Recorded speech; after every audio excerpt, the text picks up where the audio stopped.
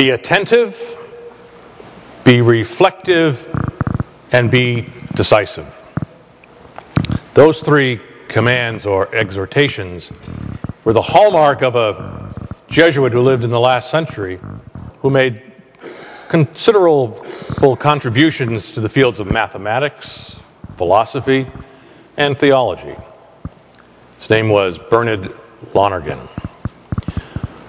Lonergan developed a theory that all of us as human beings learn to understand something or gain knowledge with those three different steps, that we need to be attentive, reflective, and decisive. If the theory is valid, and I believe it is, we could apply it to today as we celebrate the first Sunday of Lent. How is it that we get to know a little bit more about ourselves and the call to conversion that is part of the Lenten journey? The Gospel today from Mark is the shortest version of the temptation stories that we always hear on the first Sunday of Lent. And Jesus speaks the first words in the Gospel: reform your lives. Let's see how Lonergan's theory applies to that charge. Before I can reform my life, I really have to be aware of what I'm doing.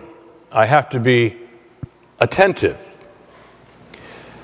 This means that I need to see how I act or how I don't act. So often we become creatures of habit and do things without even thinking of it. Maybe there's somebody in your family that the first thing they do when food reaches their plate, salt it. They don't know if it needs salt, but that's what they always do. Or think of your morning routine.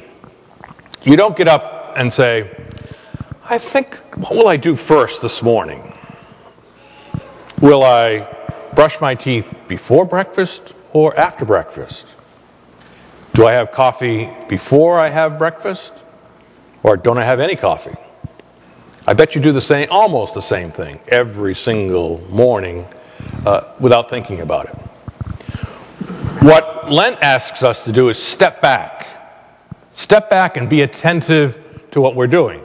Not about putting salt on your food or your morning routine, but what habits have I got myself into or out of that ought to be part of my conscious decision-making day in and day out? I need to be conscious of how hatred and bitterness that I've been carrying around for a long time have been eating away at me and need to be really shed. When I'm being attentive and being aware, I can start to be honest about who I am and maybe how I need to reform. Once I become aware of what I'm doing, I need to reflect. I need to analyze the patterns that begin to be present in different areas of my life, or the patterns that I've fallen out of. For example, my prayer life, or any of the three pillars of Lent: prayer, penance, and works of charity. All three are meant to be a component of these 40 days. Lent's a time to reflect about the type of person that we have become. Attentive, reflective, but decisive. Lonergan would say, if you don't act, the other two steps are useless. If you don't follow through, your knowledge is not somehow complete. And if we hear the call to reform, and we are attentive, we are reflective, we know what we're doing and how we should change, unless we actually do it, the cycle is incomplete. It's almost like that 10 pounds that we're always trying to lose. We say, I really ought to take off those 10 pounds. But unless we do something to do it, you'll wake up tomorrow with those 10 pounds still there.